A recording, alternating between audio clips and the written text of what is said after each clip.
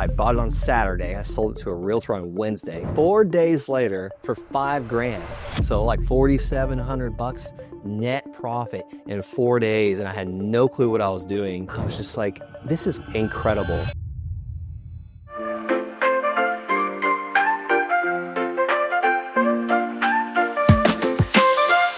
Hey everybody, welcome back to another episode of Wealth Unfiltered. I'm Samantha Farinello, your host. And today I am very excited to bring you a former Army officer, but also an incredible entrepreneur. He is the founder of Landshark. So please welcome to the show, Brent Bowers. How are you? Hey, Samantha. Thanks for having me. I'm good. I'm very excited to have you here. And first of all, I want to say thank you for your service. I have family in the military, and I cannot tell you, it is a sacrifice to your families. It is a sacrifice for yourself. And I am somebody who I am so grateful. So thank you. My pleasure. I appreciate that. I appreciate you saying that. It was a huge sacrifice. It absolutely was. It cost me one marriage, a lot of time away from home, out of the country for like 3 years total. And yeah, it was, but however, I wouldn't trade any of it for the world now, knowing what I know. So that's incredible. Well, I love that. And I want to get started by letting people know a little bit more about your history. So if you could, I'd like to know a little bit about who you are. You can tell us how you got into real estate and honestly, what made you start Landshark? Yeah, so why I got into real estate? I got into 2007. I always wanted to, I loved real estate. I was reading The Art of the Deal by Donald Trump back in like middle school. I was just always fascinated with it. And then I started going to seminars and like Robert Allen, No Money Down, all these things. And I was always like, I want to be that guy up there one day teaching this stuff. I really resonated with that. Like he looked like $1 million. He's wearing a Rolex, which I don't have a Rolex. Maybe I should get one actually. So I got to become that. That's kind of the reason why I also started the Landsharks, because, the land business got me out of the military with the monthly income and the cash flow. And I had a lot of time on my hands because I was getting monthly payments. So I just went from working like 60 hours a week to like 5 hours a week. So that's why I started the Landsharks back in 2018, because I really enjoyed going on these coffee appointments with people and telling them what I was doing, showing them how to make money in land. And one problem, no one was doing anything with the knowledge I was giving them. I found out because it was free, so they weren't taking action. But, I started charging these guys, which I thought was just unbelievable. I couldn't believe they were paying me this much money, but they were paying me, and it was $1,000 is what I charged back then. But I would like hand coach them like one-on-one until they got their first deal, and got a lot of people success. And that like fueled my fire, and it actually made my own land business better because I learned all these things like I didn't know. And when you teach someone, you actually get better at it. So now when I learn things, I try and teach other people. Sometimes they think I'm crazy because it's like just doesn't make sense when I'm teaching them. I love that. So I don't know that our listeners know what Landsharks is. So could you kind of give a little bit of a background of what the company is? Yeah, so I can kind of explain what I do. I buy and sell vacant land. I'm from a cattle town.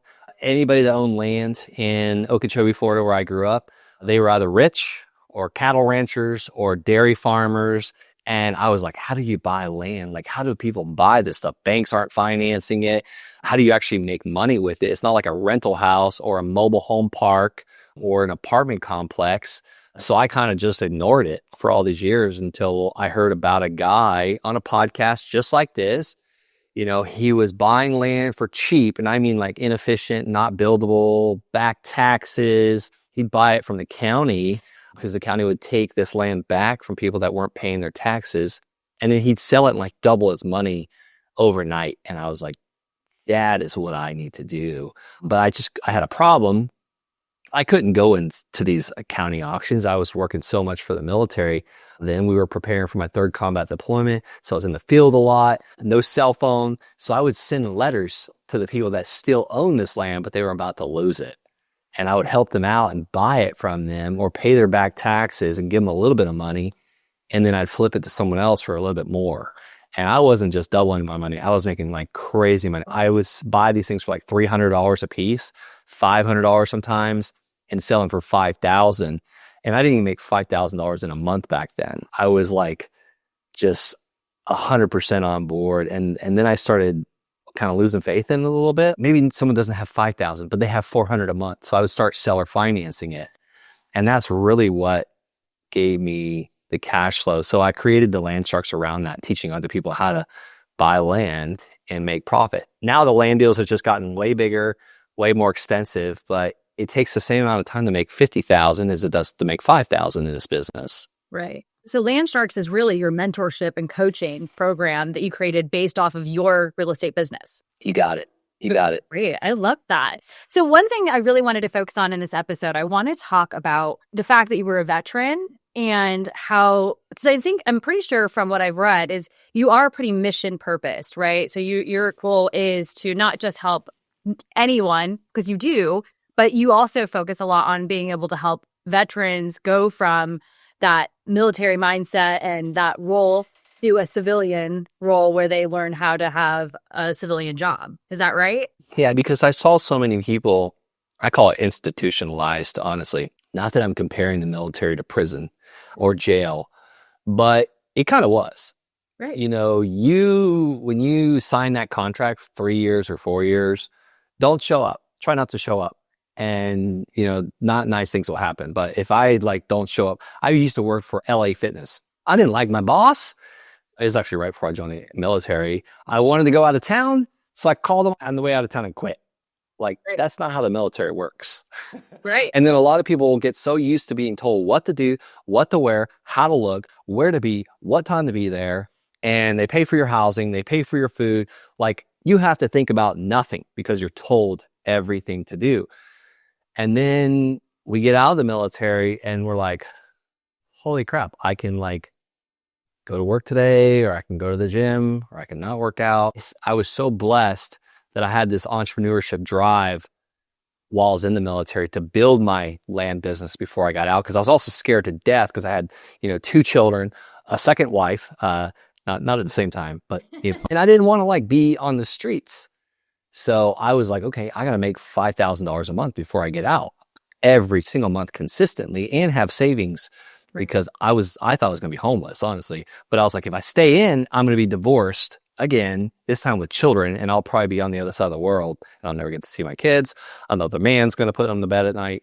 That thought in my mind was back against the wall type stuff. So I see so many people in the military that get institutionalized and they just kind of all right, when I get out, then I'll start preparing for my next career. No, let's do it now. So I have a major in Korea, literally, he's in command in Korea. He's an Army officer making almost $1 million a year in his land business, serving his country. It's doable. It's absolutely doable. That's incredible. So I would love to hear, how many veterans do you feel like you've touched and been able to help them change that mindset and prepare themselves? Shoot, over 1,000 at least at this point. I don't know how many people tune into my YouTube channel. I think I'm about to hit 10,000 subscribers today, hopefully, on there. But a lot of veterans reach out to me on that. I wish I had the chance to reply to everybody. I'm working on ways to do that. But I would say, thousands at this point. And I wish I would have shared more about what I was doing when I was in the military. I was really quiet about it because I was afraid. You're not supposed to have another job when you're an Army officer either. So, I still wanted to fulfill my duties to the military, but I was also being quiet about what I was up to. Right. Well, that makes total sense. You're taught to have that fear and you're supposed to have an obligation. So it makes total sense that you were quiet at the time, but you're not quiet anymore, which, I think it says a lot about your character that you're continuing to help others grow and you're taking what you learned and turning it into something that's really, really valuable for people to change their lives. Yeah, it's so awesome. I get paid to do this. I absolutely get paid to do this. And so we just had a 24-year-old guy make $70,000. We showed him how to get the funding for the deal. He's actually got another land deal going right now, but this guy is going to change, he's engaged. He's going to change his entire legacy because of this. I love that. That's amazing. So let's talk about a little bit more about, there's a lot of skills that you learn from the military. There's a lot of good that comes from that. So what would you say were some of the best skills that transferred over into your real estate business? Oh, man, I'll tell you, business, no one dies. Business is not dangerous. Business, you can owe people money, but you can always pay them back. The worst thing ever, if I borrow from you, Samantha, on a land deal and it goes south, well, you know, don't take me, to the cleaners. Don't sue me for everything. Give me the opportunity to pay you back, or maybe I can move it to another building or property or land that I have a lot of equity in. And I've had to do that with 2 lenders now. It's really embarrassing to have those conversations. But here's the thing, like, no one's going to die over this. In the military, people get killed in training accidents. We lost people on deployments. Like, there's nothing dangerous about this. So we just got to remember that. So I think if you take that advantage into business, I mean, you could be very, very successful. But on the other hand, it's like, you got to also have fun with it too. And we had a lot of fun in the military, absolutely a lot of fun. You're surrounded by other guys doing the same thing. It was a blast. So business, sometimes we can forget that as well. So it's like, we got to remember those times too. Cause when you're in the military, you're not worried about your money. You're not losing your own money on a deal. So I was a lot less stressed sometimes too, at the same time when I was in the military. But when it becomes our own money involved, it's just money. We'll make more of it. No one's going to die. We'll make more money tomorrow. What are some of the biggest fears or objections you hear from people who are considering it, but are scared to move forward? Yeah, I don't have enough time, or what's my wife going to say, or maybe I don't have the funds to do this. And if they don't have the funds to do it, to buy land today, imagine how much is land going to cost you 10 years from now? You think it's expensive today? You think it's just going to go down? Well, I'm waiting for the market to crash. Well, keep waiting. That happens every 18 years. There's cycles. There's books written about it for 300 years. Like, every 18 years, you're going to see it lower, and then it's going to go back up for another 18 years. So it's just like, people have so many objections, and I think it's all bullcrap. Really, honestly, it is. It's just, keep telling yourself that, and that's fine. Not everyone's cut out to be a business owner. Right. Not everyone's cut out to be a real estate investor. And thank God, because we need the other people to do other things. If everyone was business owners and everyone was real estate investors, no one would be driving the trucks to supply the grocery store so we can go and buy food type stuff. Right. So Absolutely. I think and I shouldn't say that's bull crap. We all do what we're made to do. And for me, I wanted to be a real estate owner. I want to be in the real estate business. Are you looking to build sustainable wealth and achieve financial freedom? Viking Capital can help you do just that through multifamily investing. With a team of seasoned real estate experts, Viking Capital conducts deep financial analysis and data-driven asset management to deliver outstanding returns. Their strategy focuses on low-risk opportunities with significant value-add potential, preserving your capital while maximizing long-term growth. Join them and be part of a success story. Viking Capital has acquired 30 properties and manages over 6,000 units, all thanks to their dedicated team and valued investors. Discover their current deal offerings at vikingmultifamily.com and start your journey to financial freedom today. When you started, what were some of the biggest barriers that you had and then you overcame to create your successes? Whilst broke, I had newborn baby at home, and I was working 60 hours a week for the Army. I was going to the field a lot, so I would spend money on marketing, and then I couldn't answer the phone because didn't have my cell phone. I was getting ready for my third combat. So I had a lot of things now that I'm looking back at it. But again, at that time, I didn't really care. I would work through my lunch break. I would get up at 4 a.m. every morning. I had to be on base by 6 a.m. We had a newborn baby, so I wasn't getting much sleep at night. I honestly think I aged myself quite a bit during those years. But now looking back, it's I feel bad sometimes when I'm all right, it's noon, I'm going to go take a nap. And I kind of feel bad about it, but I'm you know what? I need to take care of myself now, because, so I don't know, the objections and the things I face, they don't seem like they're that big of a deal now. And they weren't at the time because I was just so committed. I really didn't have a plan B. It was going to work. I love that. What about land? The niche of land is so accessible for people who are first-time real estate investors. So I bought that house in 2007. I got a full 100% loan for it because I didn't really have any money. I had a lawn service at the time and I had just gotten my real estate license. So I bought the house for $123,000 and I got a second mortgage from SunTrust. They're no longer in existence for $12,000 to fix the house up. So what is that? 134,000 or so and some change is what I have into this house now. Well, I rented it out for $900 a month and my payments were about $800. So I had my first rental, right? Not the best rental, not a lot of cash flow. And let me tell you, something always broke about every 6 months. So whether it be a water heater or an air conditioner, or eventually the roof leaked and then a septic system. I held that house from 2007 to 2019, never made a penny on it, evicted 3 people. And some people are listening to this like, this guy's a terrible real estate investor. Yeah, I lost money on this thing and I ended up selling it for exactly $135,000 in 2019. If I would have just waited like 3 more years, I might have made some profit, but you never know, right? But I got this headache off of my plate. And then I had bought many other rentals in the time being, but I never made any money on this thing. And I was indebted for 30 years. And if I didn't pay for this thing, they would have taken it from me and destroyed my credit. Well, my first land deal, I bought for $285. It was not buildable.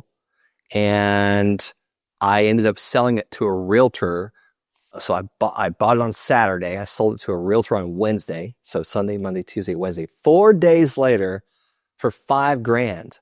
So what's 5,000 minus $300? So like $4,700 net profit in 4 days. And I had no clue what I was doing.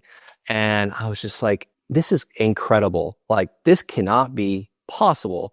And this guy's a retired CPA. He just wanted the back taxes. He was cool with it. And how did I find the realtor? I was just trying to figure out what the land was worth. So the real estate office was right by the land, basically. So she's like, I'll buy it. And I was like, sold. Well, that next weekend, I bought another one for $500, sold that one on Craigslist for $500 down and $400 a month. So why land? It is so much easier to get started in land when you have no money or no credit or no time. That's like 3 major objections that most people talk about. Right. And so what do people do with the land that you can't build on? Or why would they buy it? Yeah. Well, this one particular guy, I actually still talked to a buyer that has bought many parcels from me in this area. He packaged them all up and sold them as green credit. Some people will get attorneys and get access to the land, like the landlocked stuff, you name it. Like people just want to own American land. You know, I have some people that will build cabins on it. Some people that just will use it for recreation and hunting or parking their camper on. Some of the best land I've ever bought, though, was land you can put mobile homes on. I always made the most amount of money selling those parcels, and I would sell them the quickest. And now I finally figured it out many years later. I started haphazardly doing this in 2020, but I put brand new mobile homes on this land, brand new ones. And where this land was not financeable before, now the whole thing's financeable because I put a brand new mobile home on it, attached it to the land. Now $15,000 parcel of land is worth $280,000. What? So I make, yes, like, because when you can, if you took all financing away, like all banks, no one could get a loan, everything would lower in prices. Well, when you make it easy for a FHA home buyer or a VA home buyer or a conventional home buyer or a USDA loan, and you cater to all 4 of those, like now you make your property sell a lot faster. And it's the most affordable house someone can possibly get in. They get 1 year warranty. They get land with it. So that's been like our extra, olive branch to this land business lately. Oh my gosh, that's incredible. So for somebody who's like, yes, this sounds incredible. I want to do this. What is like a land deal, like at a high level? What is the process from the start to finish of like doing a land deal? A land deal, way simple, way easier. So I changed my business up completely in how I teach people how to do this. Because, again, I said at the beginning, it's just as easy to make $50,000 as it is $5,000. Yes, someone that, makes only $2,500 a month or $4,000 a month, to make an extra $5,000 a month is life-changing. It was for me. But you show them how to make $50,000 extra every maybe 6 months or sometimes every 3 months or every quarter. Like now we're talking an extra 200 grand a year. That's like vacations. That's like paying for mom to get a car. That's paying your parents' house off, like whatever you want to do with that. So the ins and outs of now how I find the land deal and do a land deal is I find where the demand's at, where the land's selling. Then I price it out, and I have our system, our software program, and anybody can get access to it if they go to thelandsharks.com/CRM as in customer relationship manager. They have a free version now too, actually. So if someone's like limited on funds, that's one way to start. This is the software program I use to send my offer letters and my marketing to these landowners. Well, they sign these things and they email them back to me. So anytime I get one of these things sent back to me, I know that I've got a deal in my hands or in my inbox that's going to make me at least $10,000 net profit. So now I have this thing under contract. I got a couple options. One, I can buy it with my own money and sell it. The second option is I can borrow from you, Samantha. I pay like 9 to 12% interest, and I'm buying this land for $60,000 and it's worth $75,000. Well, I'm going to sell it to Bob, the buyer, for $75,000. He's going to pay me 11.5%. So I'm doing positive arbitrage. I'm being like the Fed. I borrow for they borrow for nothing and lend it out for way more. But so I'm borrowing from you at, 9%, and then I'm selling it for more for 12%. So now I'm the bank. I'm getting monthly payments. It's like having a rental, but nothing ever breaks on land. And it's so creative. What a creative structure. Yeah. Yeah. So, wow. And you truly think, outside of somebody who just literally has $0 to the name, could anyone do this? My dad's 63. He does it. Hardly knows how to use a computer. He assigns most of his contracts. So he sells to a cash buyer. So for instance, he sees who's buying those parcels of land cash, and he just calls them and says, "Hey, I got this one under contract for $27,000. I see you're paying about $37 in this area. I'll give it to you for, I don't know, $35. I'll give you a little deal." And he makes quick $7,000 or $8,000. We call that assignment fees. Wow. So that's another incredible creative way to do what you're doing. I love this. Yeah. So how has your business grown from the first, when you started to now? It sounds like you've made several iterations. Yeah, it's grown quite a bit. And a lot of this thanks to other Land Sharks community members. Me seeing what they're up to has that rising tide has risen my ship as well. I love that. And I guess something super powerful you just said that I didn't really think of is not only is it a coaching mentorship program where you're helping people change their lives, really, but you're offering them almost like a new network of people to surround themselves with who are doing the same thing. And that's powerful. That's right. You want to run marathons? Hang out with people that run marathons on the weekend. You want to stop drinking? Well, hang out with people that don't drink. Right. Yeah, absolutely. Well, I know that we are coming up on our time, but I do have two final questions for you.